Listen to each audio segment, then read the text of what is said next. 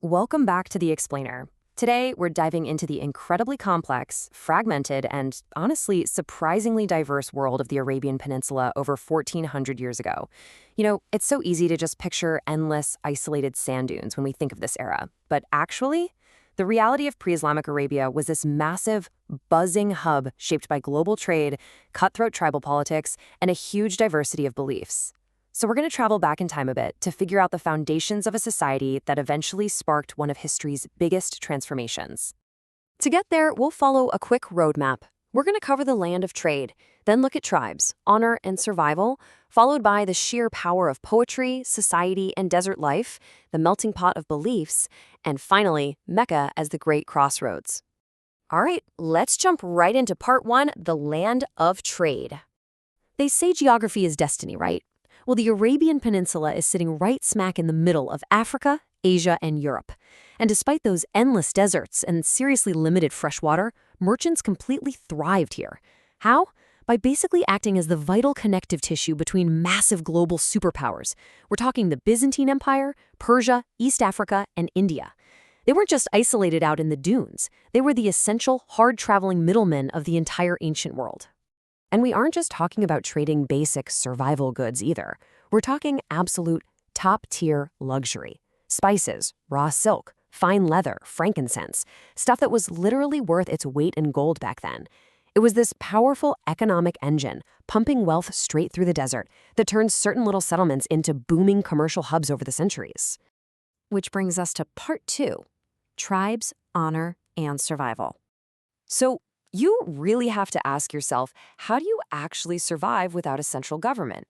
Think about it. Imagine a vast, harsh landscape with absolutely zero overarching state to enforce laws, build roads, or, call the cops. In a place completely devoid of institutional structure, how do you protect your family? Well, the answer was entirely about the tribe. Most Arabs lived as nomadic Bedouins, meaning they were constantly on the move across this brutal landscape with their camels, sheep, and goats, just desperately chasing scarce water and grazing land. In an environment this unforgiving, going it alone was literally a death sentence. Your survival was completely tied to the collective strength of your clan. Your tribe was everything, your identity, your absolute protection. Since there were no courts or judges, customary laws were the only rules of the road. If you were wronged, you relied on revenge. And because tribal honor was so incredibly crucial, a simple insult or a minor property dispute could spark violent blood feuds that lasted for generations. Honestly, the terrifying threat of entire clans going to war was pretty much the only deterrent against crime. It was mutually assured destruction, basically. Let's shift gears to part three, the power of poetry. There's this famous old saying that poetry served as the memory of Arabia. And you really have to remember this was a largely pre-literate society. Before everybody could just read and write, highly respected poets were the historians, the entertainers, and the moral compasses for their people. They preserved history, hyped up military victories, and passed down core values, all entirely through spoken verse. While swords settled physical battles and those generational blood feuds we just talked about, poetry, that was the ultimate psychological warfare. You can kind of think of poets as the media moguls of their day. They'd use their words at these massive cultural poetry competitions to either build up their heroes or totally destroy their enemies. A single ruthless poem could permanently ruin a rival tribe's reputation across the whole peninsula. So yeah, words were absolutely as sharp as swords. Now for part four, society and desert life. It is super important to realize that pre-Islamic Arabia wasn't just one uniform thing. The social landscape was full of stark contrasts that varied wildly depending on your specific tribe or region. On one hand, you had some truly harsh realities. Power was heavily controlled by men, women had extremely limited legal or inheritance rights, and some tribes practiced brutal customs like female infanticide, driven by deep desert scarcity. But then, on the flip side, you had other regions where women were actively participating in trade, owning property, and holding massive social and economic influence over their communities. It definitely wasn't a monolith. Which perfectly sets up part five, a melting pot of beliefs. You kind of have to throw out the idea that this was just a single monolithic pagan society.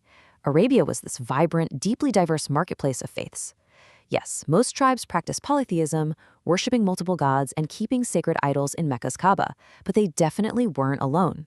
You had well-established Jewish communities trading in various regions, Christian enclaves up north and down south, and the Hanifs. These were individuals who totally rejected idol worship and were searching for a single creator god. It was a remarkably complex religious mix. Finally, we reach part 6, Mecca as the Great Crossroads.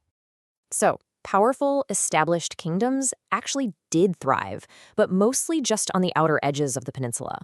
Up in the north, Arab kingdoms acted as buffer states, heavily influenced by the Byzantine and Persian empires next door. Down south, you had wealthy kingdoms like Saba and Himyar getting super rich off maritime trade. But despite those powerful states on the margins, the deep interior of Arabia remained a wildly fragmented patchwork. No single power could ever manage to unite the whole peninsula under one banner. But here's the thing. That intense fragmentation is exactly what made the city of Mecca the ultimate incubator. Mecca wasn't just a bustling trading hub. It was a massively important religious center because it housed the Kaaba. And crucially, Mecca observed sacred months. This was a desperately needed, strictly enforced neutral time where all tribal warfare was totally suspended.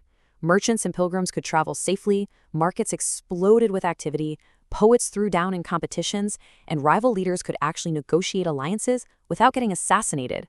It was the one place where all these totally different peoples of Arabia could actually connect. Which brings us to the ultimate question. How does a fragmented crossroads, filled with rival tribes and vastly diverse beliefs, birth a movement that completely transforms the entire world? By the 6th century, this vibrant, poetic, yet deeply divided society was really standing at a threshold, looking for greater unity, stability, and spiritual direction. And that unique blend of harsh desert survival, huge global trade, and deep religious diversity perfectly set the stage for Islam to emerge from Mecca. It really leaves you marveling at how such monumental, world-shifting changes can rise directly out of the desert sands. Thanks so much for joining me on this explainer. I hope it gave you a much clearer picture of this totally fascinating era in history.